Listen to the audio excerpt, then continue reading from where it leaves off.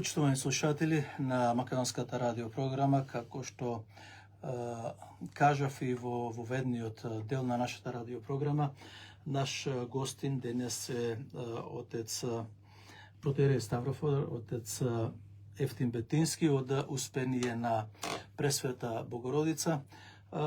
Нашата покана е по повод ненадејната смрт на митрополитот Дебарско-Кичевски и администратор австралиско-сиднејски господинот Тимотеј. Имено Тимотеј, за почеток само за вовед, отец, да кажем дека е роден 1951 година, почина вчера ненадејно на 73 години. Сите негови почитувачи сме изненадени од брзата ненадејна смрт. Отец, добар ден и добре дојдовте на Македонската радиопрограма. Добар ден за македонските слушатели и добре ве најдов. Меѓутоа, со длабока жал ја примивме веста за ненадејната смрт на нашиот митрополит Тимотеј. Така, вие бевте долго време со него. Од она што се припремавме пред програмата и мислам дека ева ние за нашите слушатели, сакам да кажам почитувани слушатели, дека со отец Ефтим јас се знам уште од 87 година, уште 88 чинам беше, кога бев заменик председател на свети пророк Илија од Фуцкрај, а тогашен архиереј беше баш митрополитот Тимотеј. Значи и моето познанство датира некаде од 87 година со митрополитот Тимотеј до минатата година кога бев негов гостин заедно со некои наши други активисти, меѓу кои беше и Игор Врамовски Александров. Отец, ајде, знам дека е тешко, знам дека е жално. Многу години сте вие заедно со митрополитот Тимотеј, сега веќе покојни. Од кога го запознавте прв пат? Можам да кажам, уште од детски години сме заедно, затоа што во 1971 година јас се запишав на Средното богословско училиште во Скопје, во Драчево. Митрополитот Тимотеј, тогашен Славе Јовановски, беше 4-та година, јас 1-та, тој заврши 5-та година, јас 2-та година, значи скоро 53 години се знаеме со господинот Тимотеј. Значи, околу 50 на години. Вие сте од Берово, митрополитот Тимотеј од Кумановско, така? Да, јас сум беровчанец, меѓутоа Господи си ја нареди работата да се собереме со митрополитот Тимотеј уште во 81 година, кога беше тој назначен за митрополит австралиски и за администратор на Дебарско-Кичевската епархија, каде што јас бев парохиски свештеник во Македонската православна црква, Успение на Пресвета Богородица Каменско во Охрид. И како таков парохиски свештеник, таму ме затекна дедото Тимотеј и од тогаш веќе сме блиски соработници. Пред митрополитот Тимотеј кој беше? Пред митрополит Тимотеј беше архиепископот Ангелари, беше администратор на Дебарско-Кичевската епархија, а всушност беше и митрополит Брегалничко-Струмички. И бидејќи моето потекло е од Берово, јас морав да се обратам до дедо Ангелари да ме ракоположи за свештеник и ме прати во Охрид, во Успение на Пресвета Богородица. Така да таму се сретнаме со дедо Тимотеј и од тогаш веќе соработуваме како мој надлежен архиереј, мој духовен отец, мој помагач, мој управител и се мој. Во една прилика мене ми рече дека во неговиот живот како митрополит, како владика, нема расчинето свештеник. Точно е тоа. Досега, ете во тие 45 години негово богослужење како архиереј на Македонската православна црква, ниеден свештеник не е расчинет, освен еден што е ослободен од работното место. Да, меѓутоа не е расчинет. Не е расчинет како со одлука дека се расчинува тој свештеник. Така, инаку ние сведоци сме на голем број расчинети свештеници овде во Австралија, кои навистина настрадаа заради тие црковни поделби овде во Австралија. Јас нема да барам одговор од вас, отец, за тие поделби, за тие работи. Меѓутоа, јас сакам да соопштам, должен сум да соопштам за јавноста, дека јас Тимотеј го, како што реков, го запознав 1987-88 година. Потоа беше епархиското собрание во Сиднеј 91 година. Независноста на Република Македонија го затекна дедото Тимотеј овде со големи навреди и со како југословен, како удбаш, како шпион. Особено се вртеше една слика, почитувани слушатели, се вртеше една слика каде што митрополитот Тимотеј е сликан во одело, се уште не беше хироторнисан за владика и присуствува на некој погреб чинам, и тој така е од страната. Таа слика насекаде низ Австралија, нема кој не ја знае таа слика.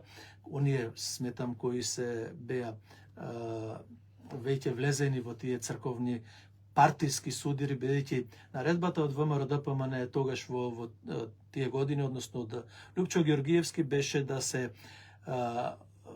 се превземат црковните општини и финансиските средства од Австралија да се финансира политичката партија ВМРО ДПМН, на што нормално митрополитот наиде, односно отпор даде, широк и голем отпор, бидејќи тој сметаше дека црковните пари не треба се користат за политички цели, за партии и така натаму, и под силен притисок, кон тој притисок партиски, навлезе и митрополитот Петар од 91-2 година, па со поставувањето на крстот во Битола, на Саатот и во Прилеп, вадење на петокраките и улогата на Петар, онаква како што јас се знаам, каква што е, воопшто не кријам каква е, тој знае да се пикне под кожата и да ја пушти водата под рогузина и секогаш да биде во право. Секогаш да биде во право и кога е виновен.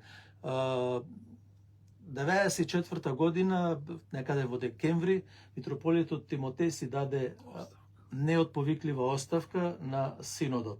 Тоа беше тој притисок, почитувани слушатели, од овдешните управи, црковни управи и исто така и од задграничниот комитет, па и од други членови, но меѓутоа тоа беше наредба на Лупчо Георгиевски. Знам за ова, бидејќи сведок сум, бев учесник и бев противник, и денес сум противник да се финансираат политички партии во Република Македонија. Ние сакаме соработка со македонски патриотски влади, меѓутоа македонската заедница овде мора да остане јака и силна и да се носи, како и другите етнички заедници, со својата култура, традиција, обичаи, религија, па јазикот и така натаму, како посебна македонска заедница, со тоа што, еве, ние сега овие денови можеме да кажеме дека има некаде околу 22-3 цркви во Австралија, меѓутоа поделени се во две епархии. Ќе го оставам тоа, не би сакал да го вмешам отец Ефтим. Отец, понатаму да се вратиме назад на почеток за митрополитот Тимотеј. Тој беше малку брз на устата, меѓутоа беше многу мек на срце. Навистина, он брзо реагираше во некој случај, меѓутоа беше многу правичен, он беше борец за правда. И секогаш неговото мислење излегувало како правично. И неговите постапки останале правични, особено во заштита на каноните на православната црква, во заштита на уставот на Македонската православна црква и во заштита на реномето на Македонската православна црква. Токму и затоа тој си ја даде таа оставка 94 година, 95-та. Декември беше да, 94-та, јас убаво се сеќавам. За да има мир во македонската заедница овде во Австралија и си се повлече, си управуваше со Дебарско-Кичевската епархија.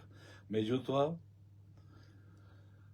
беше избран повторно во 2013 година да администрира со новата епархија, Австралиско-Сиднејската, и мислам дека вложи голем напор, голем труд да се помират, да се смират страстите, да се смири народот. Со поставувањето негово, тој си постави своји свештеници во црквите кои што не беа под управа на господинот Петар, и со тоа се смири ситуацијата, црквите си дејствуваат како што дејствуваат и понатаму. Да, до пред неговото доаѓање, нели беше многу актуелно, тој свештеник е расчинет, тој свештеник не може да крсти, не може да венча, не одете во таа црква, не знам до кое колено не колнеше и така натаму, но со доаѓањето на митрополитот Тимотеј во 13-та година по втор пат, значи се смирија духовите, но денес барајќи по Facebook, од социјалните мрежи, почитувани слушатели, ниту не сретнав еден од свештениците на митрополитот Петар да објави за смртта, да ненадејната смрт на митрополитот Тимотеј, што е многу необично за христијани, за православни, а не пак да кажам за свештенослужители или Христови службеници и слуги и така натаму. Понатаму да продолжиме, отец. Митрополитот Тимотеј, можам слободно да речам дека беше голем неимар, градител на македонските манастири и македонските цркви низ неговата епархија. Понатаму беше добар организатор за печатење на црковната литература. Јас мислам дека без него немаше да ги имаме сега сите македонски книги што ги имаме богослужбени во црквата, затоа што тој почна со основањето на издавачката куќа Канео од Охрид, каде што тој беше раководител на таа издавачка куќа. Почнавме да ги преведуваме богослужбените книги, да ги печатиме и да ги делиме по црковните храмови, за да можат народот да го разбираат македонскиот јазик, богослужбениот македонски јазик. Се намножија многу книги, многу дела се испечатија, преведовме многу дела, меѓу кои часословот, служебникот, требникот, тие се сите богослужбени книги, Охридскиот пролог кој што брои над 1200 страници, го преведовме и со благослов на митрополитот Тимотеј, 2 пати се препечати и се уште се бара да го купат на православните христијани, да се напојуваат од таа духовна литература. Добро, така, отец, сакам да ми кажете дека прво, која година вие дојдовте во Австралија? Во Австралија дојдов по благослов на митрополитот Тимотеј во 1983 година за Великден. Така. Во март месец го заменив дотогашниот парокиски свештеник отец Ѓорѓи Кацарски. И тој е беровчанец? Да, и тој е беровчанец.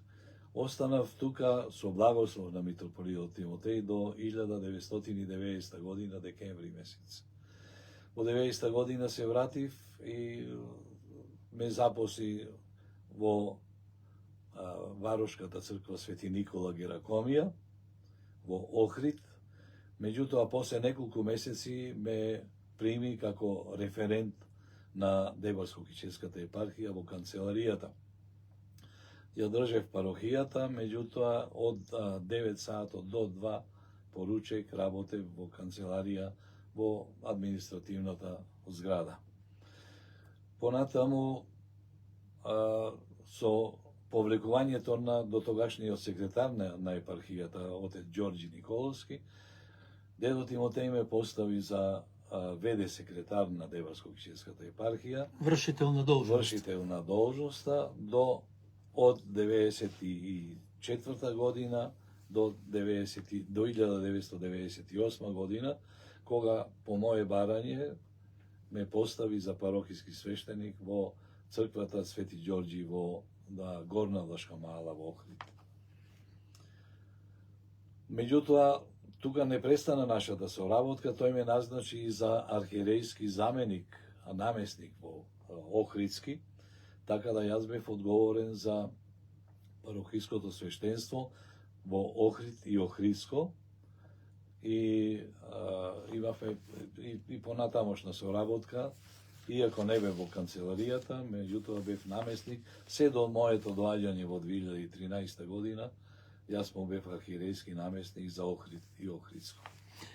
Пред да преминам на меѓународните контакти со помесните православни цркви, сакам да ве прашам, имавте ли конфликти, недоразбирања меѓусебни со митрополитот Тимотеј? Не. Бидејќи јас како што го познавам, рековме нели пред малку, мощно експлозивен беше, меѓутоа многу беше мек на душа и на срце. Одма ќе се Ако покаеше, некој ќе се нешто смиреше. неправилно кажеше или постапеше неправилно, тој реагираше веднаш. Меѓутоа, во однос на мене како негов соработник, јас во тие 45 години и 50 што сме соработувале, никогаш нити јас му сум проговорил некој збор спротивен, нити пак тој да ме искара или да ми каже некои зборови кои ќе ме навредат мене. Не. Од секогаш сме биле добри соработници, сме се почитувале. Јас како негов соработник сум бил и подчинет, сум бил послушен до крајот и како мој духовен родител сум го почитувал и сум го слушал. Се што требало да се направи, сум го направил. Хиерархијата е многу строга во црквата. Немате право да вратите збор. Ако, да речеме, и владиката некогаш не е во право, може да му се врати зборот, меѓутоа, јас сум го почитувал неговото мислење и сум го ценил и од секогаш сум бил послушен. Добро, ајде сакам да ми кажете во тие 50 години, ова што овде беше таа хајка, дека тој е србоман, дека е србин, дека е не знам што. Вие во тие 50 години, еве пред Бога, пред мене и пред слушателите, забележавте нешто српско во него или? Не, јас немам забележано, бевме многу блиски, едно време дури и семејни пријатели бевме, се посетувавме на семејни прослави, тој кај мене, јас кај него, со фамилијата моја. Никогаш не изразил некоја, он цитираше некои српски умни глави, свештеници, патриархот Павле, кој што навистина беше и начитан и учен човек, и некои негови постапки ги цитираше, ама тоа не значеше дека он е србоман, дека е тежи кон Српската православна црква. Од секогаш бил да заштити македонштината и Македонската православна црква. Бил во многу делегации, особено за богослужбите за Свети Кирил и Методи во Рим. Секоја година него го праќаа. Делегации за преговори со Вселенската патријаршија. Тој и уште 2-3 други оделе.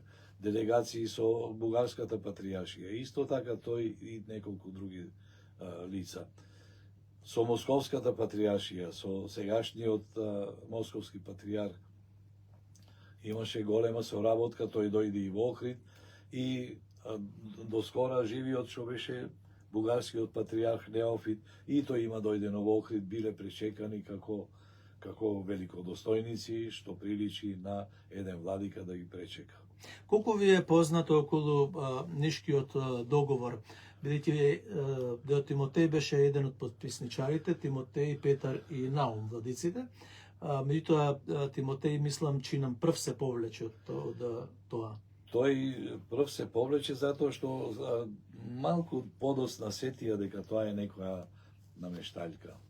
Дека ги наместија да подпишаат за понатаму после да бидат критикувани во јавност. Меѓутоа, тој договор не се спроведе, веднаш се откажа и прв беше дедо Тимотеј, Да, знам за тоа. другите се откажа и така да од тој Нишкиот договор ништо. Меѓутоа, еве сега, како што не призна Српската православна црква, покрај неа не призна и сите цркви во православниот свет. Така да имаме... А како беше неговиот однос спрема Фанарот, спрема Вартоломеј и Цареградската патриаршија, Вселенската патриаршија? Тој го почитуваше него како вселенски патриарх, меѓутоа не сакаше многу да се зближи со него, да биде ептен близок, затоа што им ги знаеше задните намери на фанариотите и на грците, право да кажам, дека имаа намера да не поништат, да не сме ние Македонска православна црква, ами да се викаме и друго. Меѓутоа, Впрочем, во нивното комунике од мај 2022 година пишува дека е црква од Охрид, така пишува Фанарот. Да. Како реагираше на тоа? Не го прифати. Дедо Тимотеј, дури и архиепископот Стефан не прифаќа некои нови имиња на Македонска православна црква. Дедо Тимотеј и јавност има изјаснето дека Македонската православна црква е Македонска православна црква и никаква друга. И така и ќе остане. Сега, понатаму, како ќе се случува? Тој беше и портпарол на Светиот архиерейски синод на Македонската православна црква. Да. Тој беше заложен за соопштенијата што ќе донесеа некое решение синодот на Македонска православна црква и беше заложен тој да комуницира со медиумите и со сите заинтересирани што се случува во Македонската православна црква. Ајде да се вратиме повторно околу неговата посветеност кон Македонската православна црква и верниците. Имате ли некаква евиденција колку храмови се реставрирани или пак изградени од прилика? Се не бараме точна бројка, но точен број не можам да кажам, меѓутоа знам дека од 87-8 година, кога се појави прашањето за враќањето на имотите на Македонската православна црква од државните институции, прв поборник беше дедо Тимотеј. Тој ако не покренеше, можеби и ден денеска имотите немаше да бидат вратени на црквата, а откако што ги вратија имотите, тој беше првиот што сите имоти што се водеа во катастарот, а беа на име на државата Македонија, сите ги префрли со книги, со инженери кои што го мереа и тој имот и го запишаа во катастарските книги на општините. Сиот имот сега што се наоѓа на Дебарско-Кичевска епархија, тоест на манастирите и на црквите, сиот имот е заведен во катастарски парцели на општините кај што припаѓаат имотите. Ајде за во Австралија под негово раководство колку храмови се осветија? Па сега моментално од 2013 година. Не, од цело време, значи од како беше поставен 80 и можеби да не кажам бројка, ама над десетина, 20 можеби храмови ги има осветено тој. После дедо Кирил, тој беше митрополит австралијски, осветуваше кога доаѓаше за Австралија, се планираше осветувањето.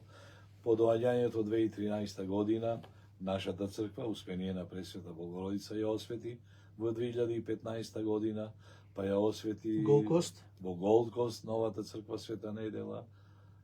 Други за други не можам да се сетам, но другите беа веќе осветени. Кабрамата знам дека е осветена, Свети Никола, дека е од дедо Тимотеј осветена. Добро, сакам да ми кажете, како што рековте, дека беше голем поборник за црковниот имот во Македонија.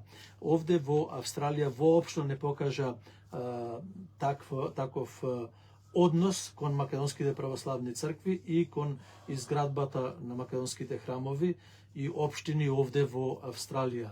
Митрополитот Тимотеј ги почитува правилниците на македонските православни црковни општини и знаејќи дека тие имоти се на македонскиот народ, не сакаше да се впушта во дискусија дали да се припојат кон Македонската православна црква или не.